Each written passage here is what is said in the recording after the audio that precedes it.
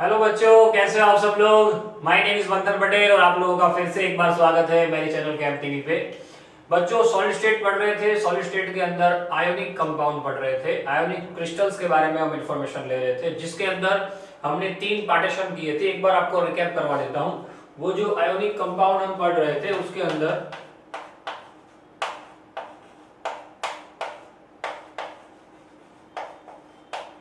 Ionic compound के अंदर हमने 3 पार्टीशन किए थे। AB type, then after AB2 type and then after A2B type। Clear ना। ऐसे 3 पार्टीशन हमने किए थे, जिसके अंदर AB टाइप के अंदर हमने पूरा कंप्लीट कर दिया। क्लियर ना। AB टाइप के अंदर हमने पूरा कंप्लीट कर दिया। कितने? टोटल 3 स्ट्रक्चर हमने वहां पे पढ़ लिए। टोटल 3 स्ट्रक्चर पढ़ लिए। CHCl पढ़ लिया, ZNS पढ़ लिया, NaCl पढ़ लिया। और उसके अंदर यहाँ पे देखिए कितने कितने पढ़ लिए हमने। ZNS पढ़ लिया, देन आफ्टर NaCl खत्म कर दिया, देन आफ्टर CHCl खत्म कर दिया। क्लियर। और ये तीनों के डिपेंड्स पे दूसरे कौन से एग्जांपल चलेंगे उसके बारे में भी हमने डिस्कशन कर ली। रेडी। आज हमारा जो टॉपिक है वो रहेगा AB2 type. AB2 type structure जो हमारा है उसके अंदर और A2B टाइप स्ट्रक्चर जो हमारा है उसके अंदर कौन कौन से टाइप के क्रिस्टल होते हैं, वो दोनों में से एक एक क्रिस्टल मैं आपको पढ़ा दूंगा। दोनों का एक एक क्रिस्टल आपको समझा दूंगा। उसके डिपेंड्स पे फिर कौन सा एग्जांपल आते हैं वो आपको क्लियर हो जाएगा। ठीक है। खास ध्यान रखना है आपको, मिस्टेक ना हो। बराबर।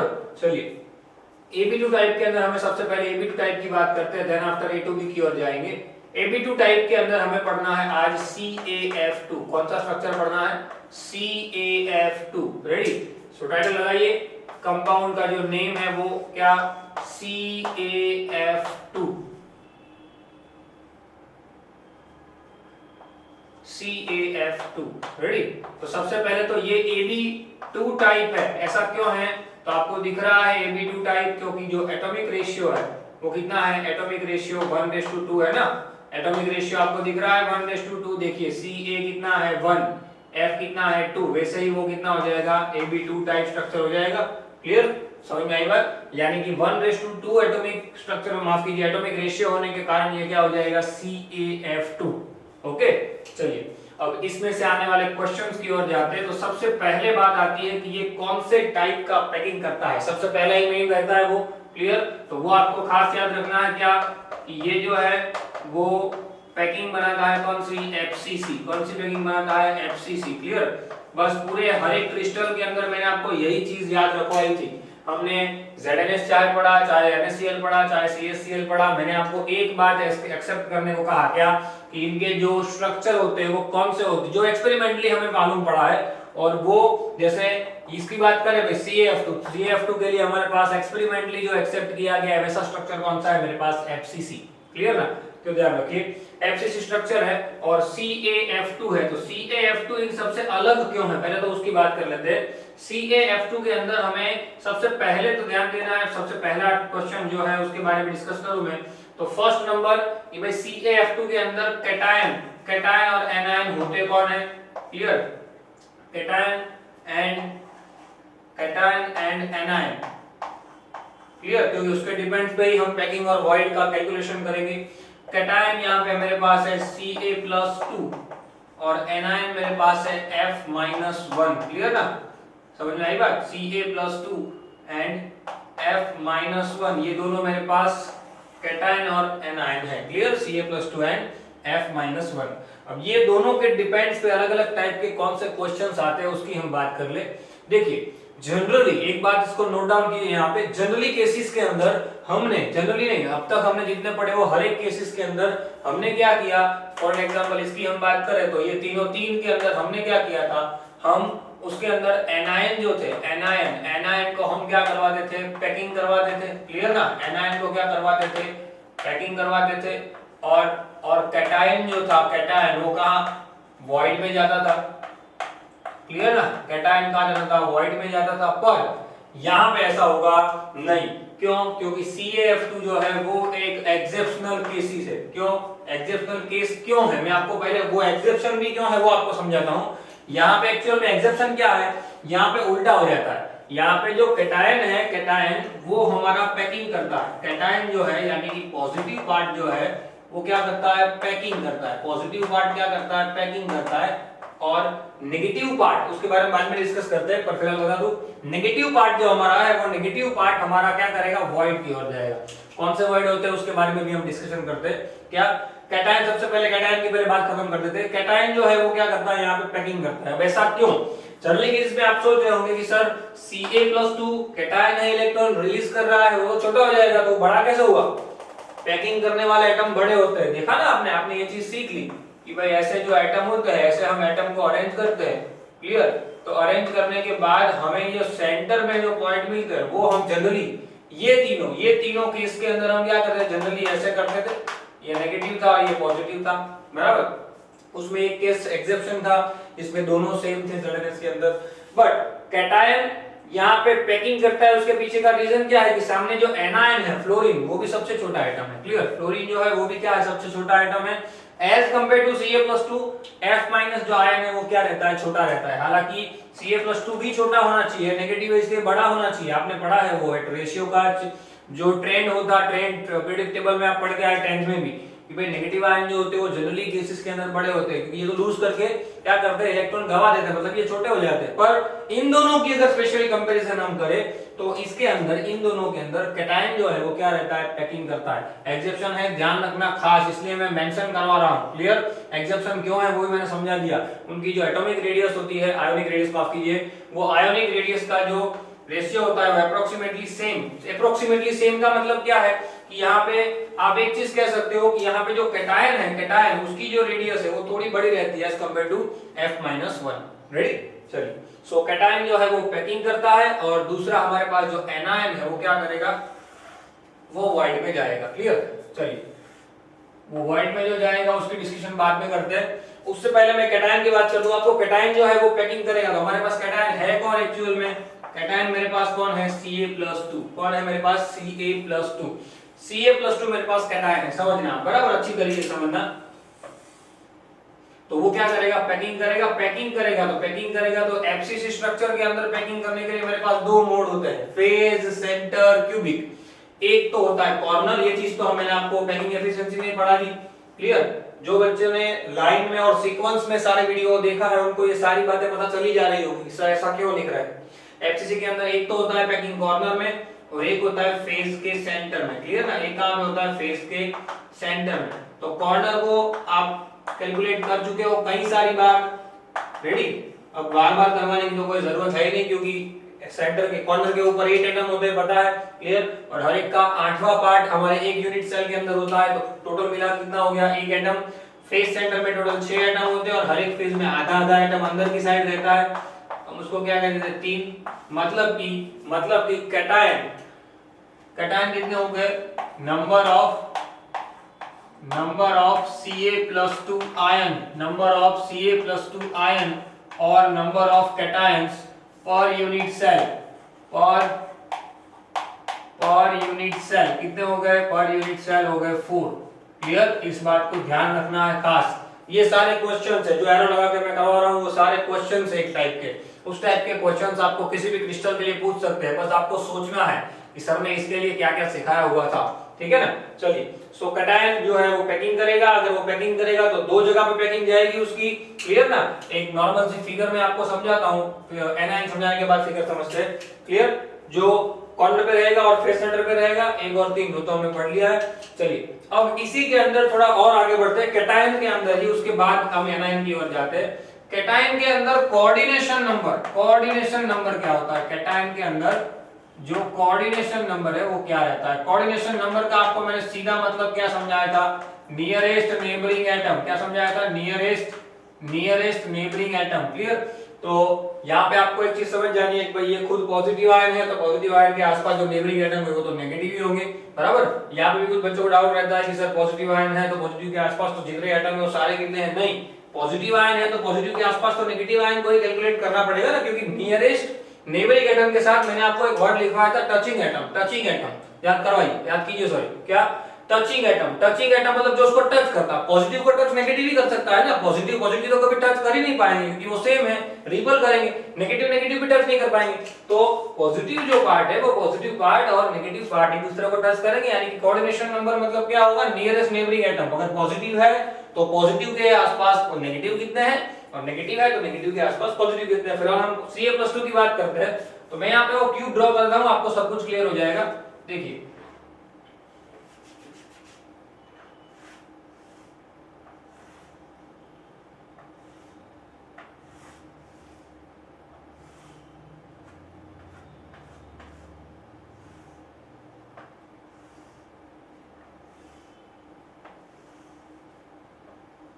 रेडी।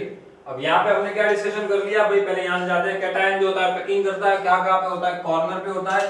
तो कॉर्नर के अंदर देखिए ये जो आपको पिंक कलर से दिखा रहा हूँ, ये first, then after second, third, fourth, ऊपर की फेस खत्म हुई, नाउ बॉटम फेस, 5, 6, 7 एंड 8। चलिए क्लियर, समझ में आई बात। और दूसरा फेज के सेंटर में है, तो फेज के सेंटर में भी दिखा देते हैं। 6 फेज हमारे पास है, हर एक फेज के अंदर आधा आधा एटम रहता है। कैलकुलेशन के अंदर मैंने आपको वो चीज बता दी कि आधा आधा एटम जो है वो किस तरीके से रहेगा यहाँ पे, बराबर। फेज के सेंटर में रहेगा एक फ्रंट फेस, एक बैक फेस, ठीक है। चलिए, तो इस बात की हमने डिस्कशन कर ली कि फेस सेंटर के अंदर किस तरीके से अरेंजमेंट रहती है ना। अब उसका कोऑर्डिनेशन नंबर देखिए, मैंने कहा Ca+2 होता है कॉर्नर पे, तो सपोज दैट हम इसकी बात करते हैं Ca+2, क्लियर ना। कोई एक फिलहाल मैं समझाता हूँ Ca+2, उसके बाद सारे लिख देंगे। Ca+2 कोई भी है, जैसे कि मैं ये कॉर्नर चूज कर रहा हूँ। अब मुझे एक बात बताइए कि अगर आपने ऐसा कहा, आपने यहाँ पे क्या कहा कि भाई 1/8 पार्ट क्या 1/8 पार्ट Ca+2 का अंदर रहता है, हमारे एटम के अंदर रहता है। तो उसके आसपास जो नेगेटिव आयन जाएंगे, नेगेटिव आयन उसका कोऑर्डिनेशन उसका जो कैलकुलेशन है आपको किस तरीके से बता देगा। तो फिलहाल मैं आपको बता दूं कि जैसे हम यहाँ पे number of Ca+2 ion per unit cell 4 लिखते हैं, वैसे यहाँ पे कोऑर्डिनेशन नंबर अगर मुझे डिसाइड करना होगा तो मुझे नेगेटिव आयन की जरूरत पड़ेगी, क्लियर। तो वो नेगेटिव आयन यहाँ पे हम पहले मेंशन कर देते हैं, आपको फिर पता चल जाएगा कि कैसे हुआ, डायरेक्ट पता चल जाता है। लेकिन पहले मैं नेगेटिव आयन आपको दिखा देता हूं। नेगेटिव आयन यहाँ पे होते कहां पे, हालांकि है वॉइड पे। आप लोग जानते हो एफसीसी के अंदर मैंने कई सारी बार पढ़ा दिया, एफसीसी स्ट्रक्चर के अंदर टेट्राहेड्रल वॉइड जो कि बॉडी डायगोनल पे होते हैं, हर एक डायगोनल पे 2 होते हैं, ऐसी 4 डायगोनल होती है, क्लियर ना। तो उसके बारे में भी डिस्कशन हो गई, लेकिन पहले मैं आपको वो समझा देता हूं, फिर हम इसका कोऑर्डिनेशन नंबर डिसाइड करते हैं। आप खुद डिसाइड कर पाओगे, आप खुद यहाँ पे लिख पाओगे हाँ सर इसका कोऑर्डिनेशन नंबर ये आएगा, ठीक है। चलिए, जैसे कैटायन हमारा पैकिंग करता था, वैसे ही यहाँ पे हमारा जो एनायन है वो क्या करने वाला है, यहाँ पे हमारा वॉइड क्लियर करेगा, क्लियर ना। ये वॉइड की ओर जाएगा, यहाँ पे कौन सा वॉइड जाएगा, टेट्राहेड्रल, क्लियर ना, टेट्राहेड्रल होगा। क्योंकि आपको ये चीज मैंने कई सारी बार सिखा दी, जैसे कि ये दो पॉजिटिव आयन मेरे पास है, क्लियर ना। एक ये एटम है, एक ये एटम है, जहाँ यहाँ पे Ca+2 है, रेडी। तो यहाँ पे जो एनायन वो टेट्राहेड्रल वॉइड की ओर जाएंगे। टेट्राहेड्रल वॉइड मतलब पूरी बॉडी डायगोनल के ऊपर 2 टेट्राहेड्रल वॉइड होते हैं, वो तो आप सीख गए हो ना, क्लियर। कॉर्नर पे मैं रूम के सेंटर में बैठा हूं और इस तरफ के कॉर्नर में देख रहा हूं, तो मुझे यहाँ पे जो 3 गोले फेस के दिखेंगे उसके बीच में एक मुझे दिखेगा, और इस वाले कॉर्नर के अंदर जो 3 गोले फेस के दिखेंगे उसके बीच में एक दिखेगा, क्लियर। तो यहाँ पे मुझे कितने टेट्राहेड्रल वॉइड देखने को मिलेंगे, टोटल टेट्राहेड्रल वॉइड मुझे 2 देखने को मिलेंगे, क्लियर। और इसका डिस्टेंस भी आप लोग सीख गए थे, बॉडी डायगोनल का जो डिस्टेंस एक्चुअल में पूरा जो डिस्टेंस होता है कितना होता है, √3a, सीखे थे ना। ये अगर a है, ये क्या है, अगर a है तो बॉडी डायगोनल मैं अगर कैलकुलेट करूं, ये बॉडी डायगोनल, क्लियर। जैसे कि ये क्या है, बॉडी डायगोनल, तो इस बॉडी डायगोनल का मुझे कैलकुलेशन करना हो तो वो कितना आ रहा था, √3a आ रहा था, ये पूरा √3a आ रहा था। अब इसके 4 टुकड़े हुए थे, एक यहाँ पे जो बड़ा सा यहाँ पे तो एक एटम था, क्लियर। तो यहाँ पे 2 रेडियस आ जाती है, यानी √3a, कोई एक टुकड़ा कितना बन रहा है, √3a/4, क्लियर ना। इसके बारे में तो डिस्कशन कर ली हमने, पर यहाँ पे टेट्राहेड्रल वॉइड की फिलहाल मैं डिस्कशन कर रहा था कि यहाँ पे देखिए एक Ca+2 एटम के आसपास ये नेगेटिव आयन, ये देखिए पॉजिटिव आयन Ca+2 है एक बॉल, यहाँ पे उसके बाजू के बॉल के ऊपर क्या आएगा, टेट्राहेड्रल, मतलब कि यहाँ पे कौन आने वाला है मेरा F-। अब यहाँ पे देखिए, जैसे कि ये बॉडी डायगोनल है, उसी के अंदर मैं डिस्कस करता हूँ। ये जो येलो कलर से दिखा रहा हूँ, यहाँ पे देखिए, यहाँ पे टेट्राहेड्रल वॉइड होगा, एक टेट्राहेड्रल वॉइड यहाँ पे होगा, क्लियर ना। एक टेट्राहेड्रल वॉइड में यहाँ पे मेंशन करूंगा, एक टेट्राहेड्रल वॉइड में यहाँ पे मेंशन करूंगा। अब मैं जैसे ये एटम लेता हूँ, ये एटम जैसे कि मेरा Ca+2 एटम है, क्लियर, ये भी Ca+2 एटम है, किसी एक को लेते हैं, जैसे कि ये मेरा Ca+2 एटम है, तो उसके बाजू में नेगेटिव आयन के फॉर्म में यहाँ पे कौन है, ये रहा टेट्राहेड्रल वॉइड है, टेट्राहेड्रल है ना, ये रहा टेट्राहेड्रल वॉइड यहाँ पे है, और वहां पे ही मेरा कौन है टेट्राहेड्रल, मतलब क्या, F-, रेडी ना, कौन F-, मेरा जो Ca+2 है, ये जो बॉक्स में बंद कर रहा हूं वो क्या Ca+2 है, उसके आसपास मेरे कितने F- हो गए वो मुझे कैलकुलेट करना होता है। अब मुझे यहाँ पे एक बात बताइए कि पॉजिटिव आयन जो कि कॉर्नर पे थे, टोटल कॉर्नर पे कितने थे, 8, उसका 1/8 पार्ट था, हर एक का 1/8 पार्ट था, मतलब कि बाकी के 7 भाग तो बाजू बाजू के क्यूब में होंगे कि नहीं होंगे, होंगे ना। विजुलाइज करो, थोड़ा विजुलाइज करो, एक हमारे पास ऑरेंज है, उसका 8वां टुकड़ा किसी एक क्यूब में है, तो बाकी के 7 टुकड़े तो आसपास पे कहीं ना कहीं जुड़े होंगे ना कोई क्यूब में जुड़े होंगे, क्योंकि ये तो कॉर्नर पे है, कॉर्नर तो 8 होते हैं, क्लियर। तो क्या इसके आसपास दूसरे अगर 7 टुकड़े जुड़े हैं तो वो 7 की भी बॉडी डायगोनल होगी, होगी कि नहीं होगी, वो 7 क्यूब की बॉडी डायगोनल होगी ना यूनिट सेल की, तो वो हर एक की बॉडी डायगोनल के ऊपर ऐसे टेट्राहेड्रल 2-2 होंगे, और इसके आस जैसे कि यहाँ पे एक आया, वैसे एक यहाँ पे आएगा, एक यहाँ पे आएगा, एक यहाँ पे आएगा, एक यहाँ पे, ऐसे कितने आएंगे, टोटल 7 बाहर, आसपास में टोटल 7, और एक ये बॉडी डायगोनल, मतलब टोटल कितने हो गए, 8। समझ में आ रही है ना बात, क्या टोटल 8 नेगेटिव आयन होंगे। तो कोऑर्डिनेशन नंबर में अगर लिखना चाहूं कैटायन का कोऑर्डिनेशन नंबर, तो कितना निकलेगा, वो निकल के आएगा 8। कितना निकलेगा, 8। खास ध्यान रखना, मिस्टेक ना हो, क्या कैटायन का जो कोऑर्डिनेशन नंबर निकलेगा वो क्या निकलेगा, 8। ठीक है, समझ में आई बात, ठीक है। अगर ना समझ में आई बात हो तो थोड़ा वीडियो को वापस लीजिए और जो भी चीज मैंने बोली है उसको वापस से एक बार देख लीजिए, क्लियर हो जाएगा। चलिए अब एनायन की बात करते हैं। एनायन जाते हैं वॉइड पे, चलो वो तो हमने बोल दिया। अब मैंने वो भी आपको यहाँ पे समझा दिया कि एक बॉडी डायगोनल के ऊपर कितने, एक बॉडी डायगोनल के ऊपर कितने, 2 टेट्राहेड्रल वॉइड है, क्या एक बॉडी डायगोनल के ऊपर कितने हैं, 2 टेट्राहेड्रल वॉइड है। तो एक बॉडी डायगोनल पे 2 है, तो ऐसे बॉडी डायगोनल होती कितनी है, पहले तो वॉइड होते कहां पे उसके बारे में डिस्कशन कर लेता हूं।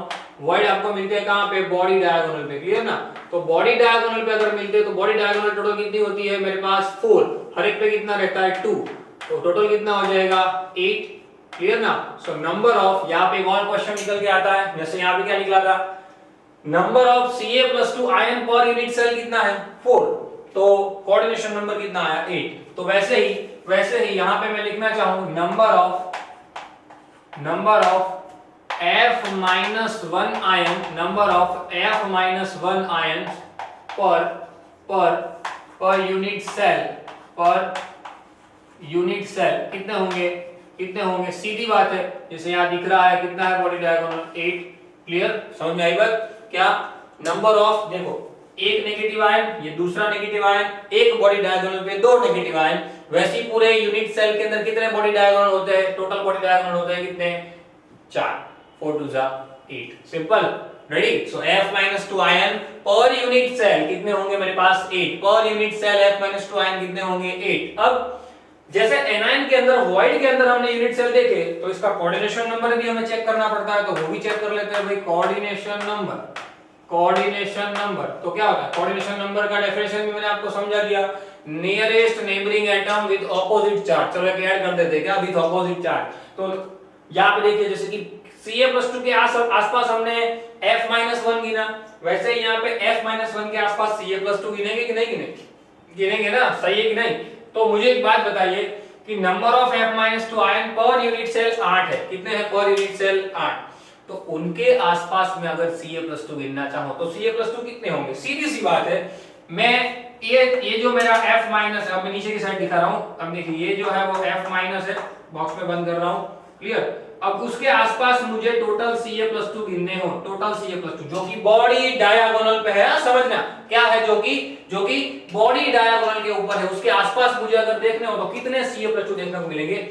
आप खुद विजुलाइज करो कि यहां पे अगर वो है टेट्राहेड्रल, तो उसके आसपास कितने आपको फेसेस, टेट्राहेड्रल वॉइड का मतलब मैंने आपको क्या समझाया, आप रूम में बैठे हो, आप कॉर्नर पे देख रहे हो, तो 3 फेज के गोले, ऊपर का फेज, इस साइड का फेज और इस साइड का फेज, उसके जो 3 गोले हैं उसके बीच में आपको कॉर्नर का गोला दिखेगा, मतलब कि 4 एटम कवर होंगे।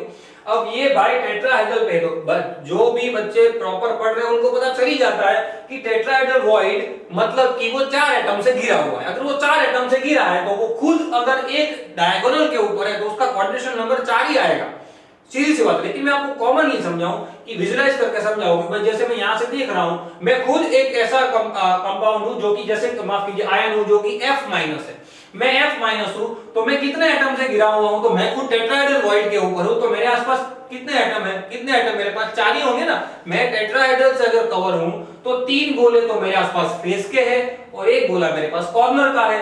यहां से भी आप लोग एज्यूम कर सकते हो जैसे कि ये टेट्राहेड्रल वॉइड है, ये टेट्राहेड्रल T लिखा है वो टेट्राहेड्रल वॉइड है, तो उसके आसपास कितने हैं, तो एक गोला ये आएगा, एक इस साइड वाली फेस का आएगा, एक नीचे वाली फेस का आएगा और एक बैक फेस का आएगा या फ्रंट फेस का आएगा। माफ कीजिए फ्रंट फेस का ही आएगा, बैक फेस तो ऊपर साइड चली जाएगी। क्लियर? तो फ्रंट फेस, साइड की फेस और नीचे की फेस, वो 3 गोले ऐसे होते हैं जो टेट्राहेड्रल वॉइड को क्या करते हैं, कवर करते हैं। क्लियर ना? नॉर्मली आप देखो जैसे कि ये फ्रंट फेस है, ये क्या है हमारी फ्रंट फेस है, तो फ्रंट फेस मैं सिर्फ आपको ज्वाइन करवा रहा हूं, ये फ्रंट फेस,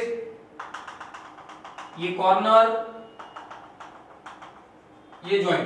देखिए पता चल जाता है आपको कि भाई ये जो टेट्राहेड्रल वॉइड है, ये टेट्राहेड्रल वॉइड, तो पहले तो फेस कितने हैं उसके, फेसिस, ये नीचे की फेस भी है, ये भी है। क्लियर ना? ये नीचे की फेस भी है, तो ये नीचे की फेस, देन आफ्टर ये 3 जो मेरे पास है अलग अलग, देखो ये 3 फेस जो मेरे को दिख रहा है, कॉर्नर तो है ही, एक नीचे की फेस, एक साइड की फेस, मेरे साइड वाली फेस और एक साइड वाली फेस, तीनों 3 उसके साथ कनेक्ट हो रहे हैं, मतलब कि खुद टेट्राहेड्रल स्ट्रक्चर में तो है, टेट्राहेड्रल में है ना, ये जो बीच वाला आइटम है वो टेट्राहेड्रल में है, एक इससे भी घिरा हुआ है, एक इससे भी घिरा हुआ है, इससे भी घिरा हुआ है, इससे भी घिरा हुआ है, टोटल कितने आइटम से घिरा हुआ है, तो मुझे वही पता चल जाता है कि भाई ये जो है वो 1 then 2 sorry 1 then 2 3 and 4 4 item से घिरा हुआ है, मतलब कि नॉर्मल कोऑर्डिनेशन नंबर कितना आ जाता है 4।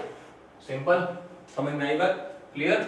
अब इसको याद आप ऐसे भी रख सकते हो, देखिए इसलिए मैंने साथ में पढ़ाया कि Ca+2 ion per unit cell अगर 4 है तो कोऑर्डिनेशन नंबर 8 है, कोऑर्डिनेशन नंबर अगर 8, माफ कीजिए Ca+2 F-2 आयन अगर पर यूनिट सेल 8 है तो कोऑर्डिनेशन नंबर 4 है।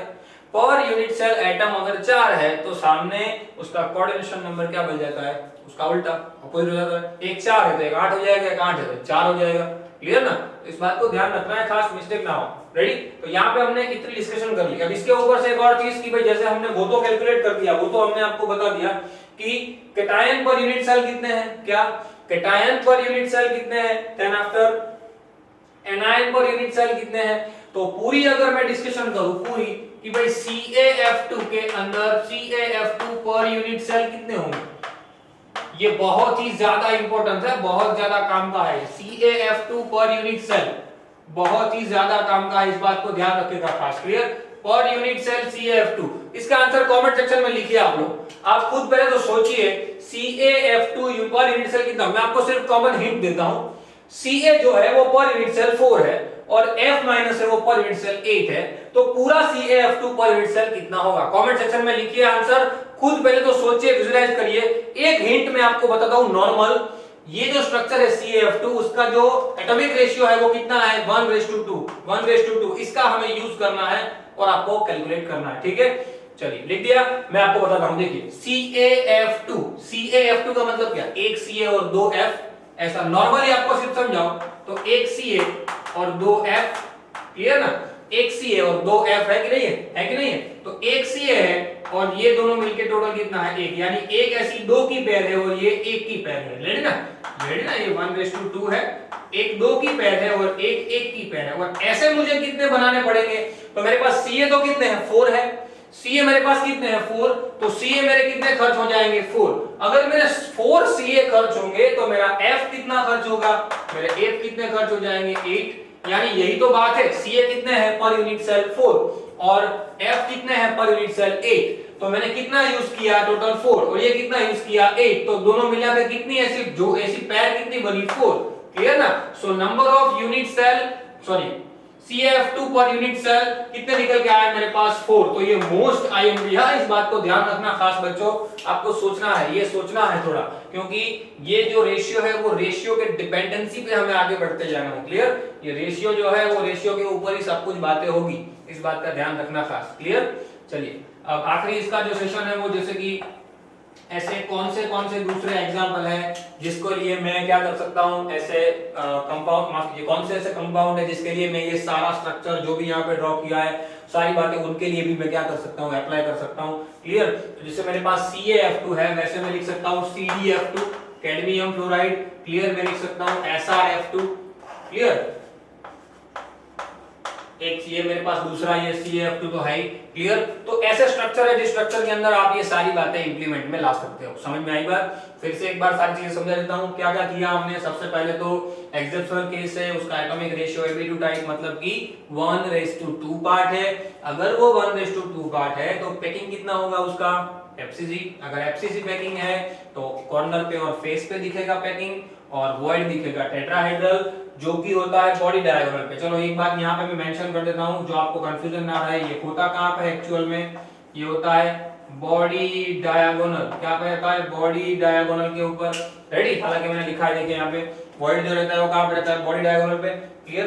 तो बॉडी डायगोनल के ऊपर हमारे वॉइड रहेंगे, और इस तरीके से यहाँ पे क्या होगी, पूरी कैलकुलेशन होगी। ठीक है? Number of Ca+2 ion, number of F-2 ion, माफ कीजिए F-1 ion, number of CaF2 per unit cell वो कितने होंगे, वो सारी बातों का डिस्कशन, प्लस कोऑर्डिनेशन नंबर अलग अलग एटम का क्या होगा, नियरेस्ट नेबरिंग एटम कौन होंगे, √3a/4 का जो टुकड़ा है उसके आसपास टेट्राहेड्रल वॉइड किस तरीके से कनेक्टेड है, सारी बातें आपके एग्जाम में आ सकती है। ठीक है?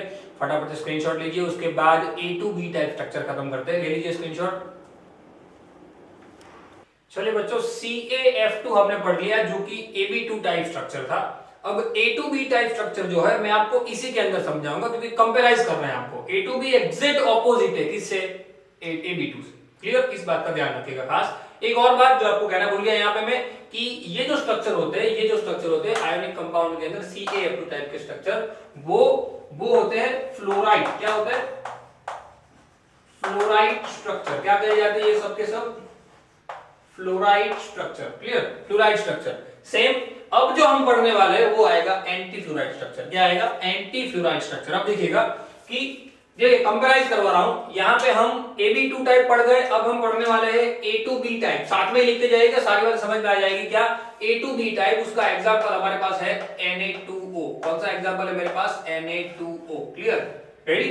जैसे ये एक्सेप्शनल केस था वैसे ये एक्सेप्शन केस है नहीं। क्लियर? तो यहाँ पे पहले तो स्ट्रक्चर जो है हम उसकी बात कर लेते हैं, ये भी चेंज हो जाएगा। बराबर? चलिए ध्यान रखिएगा खास, कहां पे क्या क्या चेंज, इसका एग्जैक्ट ऑपोजिट और कुछ नहीं है। क्लियर? चलिए बात करते हैं Na2O के बारे में। Na2O, तो उसका जो Na2O का जो एटॉमिक रेशियो है, एटॉमिक रेशियो कौन सा होगा? हालांकि ये है कौन सा? Ab2 type. अगर ये Ab2 टाइप है तो रेशियो क्या बनेगा इसका? 2:1। 2:1 है ना? देखिए Na है 2, O है 1, एटॉमिक रेशियो क्या हो जाएगा इसका? 2:1। क्लियर? चलो पैकिंग तो यही रहने वाली है, FCC रहने वाली है, पैकिंग में तो कोई चेंज आएगा नहीं। बट यहाँ पे एक चेंज आएगा। क्या?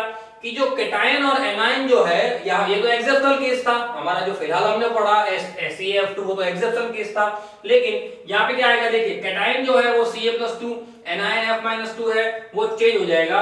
वो Ca+2 की जगह पे जो कैटायन वो एज रहेगा, रेडियस में भी चेंज आ जाएगा, और जो F-2 आयन हमारा रहेगा वो क्या रहेगा समझिएगा।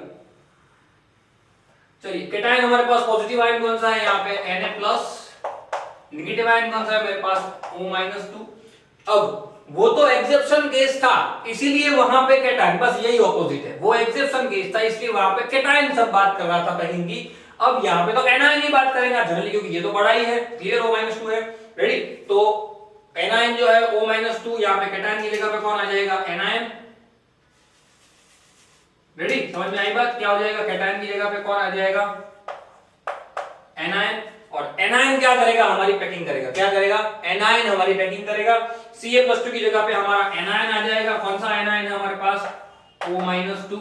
Ready? Same thing calculation based है, क्योंकि FCC है। कॉर्नर पे हमारे पास कितने एटम रहने वाले हैं? 8। कितने एटम रहने वाले हैं? 8। और उसका हर एक 18 यानी कि 8वां टुकड़ा उसका हमारे यूनिट सेल के अंदर होगा, तो 1 फेस सेंटर के अंदर कितना होता है, सेम 3, कुल मिला कितने हो गए 4। तो नंबर ऑफ Ca+2 आयन की जगह पे क्या आएगा, नंबर ऑफ O-2 आयन, क्या आएगा, number of O-2 ion per unit cell कितने होंगे, 4 ही होंगे ना। O-2 आयन सेम है, कोई चेंज नहीं है, सिर्फ पॉजिटिव और नेगेटिव आयन का चेंज है, क्योंकि वो एक्सेप्शनल केस था, वहां पे कैटायन था, यहाँ पे एनायन, यहाँ पे एनायन होगा, वहां कैटायन, उल्टा। Clear. So number of O-2 ion per unit cell कितने हो जाएंगे, 4। क्लियर ना। पर यूनिट सेल देखिए ये रहा 1 + 3 सिंपल 4।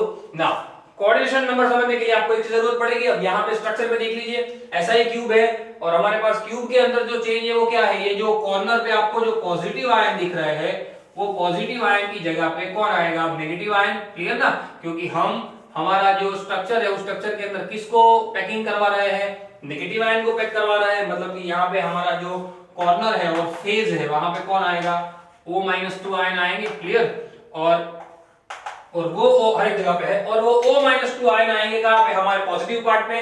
तो हमारा जो एनायन है उसकी जगह पे यहाँ पे क्या हो जाएगा, कैटायन हो जाएगा। क्लियर था, एनायन की जगह पे यहाँ पे क्या आ जाएगा, कैटायन आ जाएगा,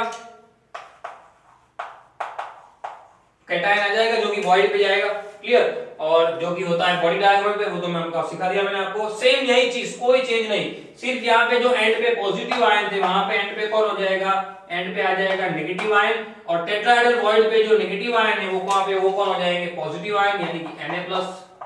रेडी। यहाँ पे आपको जो ये F- दिख रहे हैं वो F- की जगह पे कौन आ जाएगा, Na+ आ जाएगा। सिंपल, क्योंकि यहाँ पे तो ऑलरेडी O- है, तो यहाँ पे कौन होगा, Na+, यहाँ पे भी कौन होगा, Na+। सिंपल, सिर्फ ऑपोज करना है और कुछ नहीं करना है, इसलिए मैंने कंपेराइज भी करवा दिया आपको किस तरीके से बनाना है। रेडी। नाउ अब देखिए ये भी हो गया। Now wide of body diagonal पर से, वो तो भी हमने सीख लिया कि बॉडी डायगोनल के ऊपर 2 टेट्राहेड्रल वॉइड होते हैं। टेट्राहेड्रल वॉइड होने के कारण यहाँ पे कितने हो जाते हैं, टोटल 8, तो इसी हमारे पास 4 बॉडी डायगोनल थे इसलिए। अब वैसे ही नंबर ऑफ, जैसे F-1 आयन थे, वैसे यहाँ पे क्या आएगा, नंबर ऑफ Na+ आयन आएगा, क्या आएगा, number of Na+ ion per unit cell, number of Na+ ion per unit cell कितना हो जाएगा, 8। सिंपल है ना, जैसे ये है वैसे ही, कोई चेंज नहीं। कोऑर्डिनेशन नंबर इसका, अब देखिए दोनों का कोऑर्डिनेशन नंबर समझ लेते हैं। जैसे इसके O- के आसपास से कितने Na+ होंगे, तो 8 Na+ होंगे, समझा दिया। 8 अलग अलग टाइप के क्यूब है, अलग अलग टाइप के क्यूब में 8 अलग अलग डायगोनल होगी, आसपास में 7 और खुद की मिला के 8, यानी कितने Na+ होंगे O-2 के सराउंड में, 8, यानी कि O-2 का कोऑर्डिनेशन नंबर कितना आएगा, 8। सेम ये टेट्राहेड्रल वॉइड पे ही है, टेट्राहेड्रल वॉइड को तो कवर करने वाला 4 ही एटम होते हैं, तो उसका कोऑर्डिनेशन नंबर कितना आएगा, 4। Now CaF2 per unit cell की जगह पे अब क्या आएगा, CaF2 पर यूनिट सेल, उसकी जगह पे हमारा जो कंपाउंड है, कौन सा कंपाउंड हमारा कंपाउंड है Na2O पर यूनिट सेल, सेम कैलकुलेशन, कोई चेंज नहीं, सिर्फ यहाँ पे थोड़ा सा बदल जाएगा, यहाँ पे क्या हो जाएगा, यहाँ पे थोड़ा सा बदल जाएगा। क्या बदलेगा, देखिए जो Na2O पर यूनिट सेल है वो कितने हैं, 4। किस तरीके से, Na2O, अब Na कितने हैं, अब Na मेरे पास कितने हैं, 2, कितने Na है, 2, और ऑक्सीजन मेरे पास कितना है, 1, यानी ऐसा मेरे पास एक पेयर है, कितना, एक पेयर। अब देखो कि मेरा Na कितने खर्च होंगे, ऐसे मेरे पास Na कितने हैं, 8, मतलब Na मेरे कितने खर्च हो रहे हैं, 8, कब, जब मेरे ऑक्सीजन कितने खर्च हो रहे हैं, 4। क्लियर ना, कितने खर्च हो रहे हैं, 4। सही है। Oxygen, number of oxygen ion कितने मेरे पास, 4, तो 4 आ गए, and number of Na+ ion कितने मेरे पास, 8, तो 8 आ गया। सो 4 और 8 मिला के जो जोड़ी बन रही है, जो पैर बन रही है, इसे कितनी पैर बन रही है, 4, तो number of Na2O atom per unit cell कितने हो जाएंगे, 4। क्लियर। और एग्जांपल जैसे यहाँ पे आपने लिख दिया Na2O, वैसे यहाँ पे आप लिख सकते हो K2O, आप लिख सकते हो Li2O। क्लियर ना, ये सब उसके बेस्ट एग्जांपल है। रेडी। और ये जो स्ट्रक्चर होते हैं वो कौन से स्ट्रक्चर होते हैं, एंटी फ्लोराइड। कौन से होते हैं, एंटी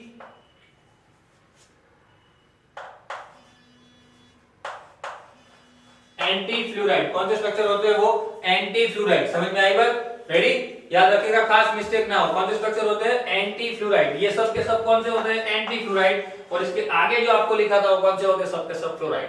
रेडी। चलिए फिर से एक बार समझा देता हूं, कंपैरिजन हो गई। अब क्या, जैसे कि हम पढ़ रहे थे A2B टाइप स्ट्रक्चर क्रिस्टल, कौन से A2B टाइप। एग्जांपल ले लिया हमने Na2O ले लिया, तो आया एटॉमिक रेडियस, एटॉमिक रेशियो कितना आया, 2:1। नाउ पैकिंग कौन सी हो रही है, FCC।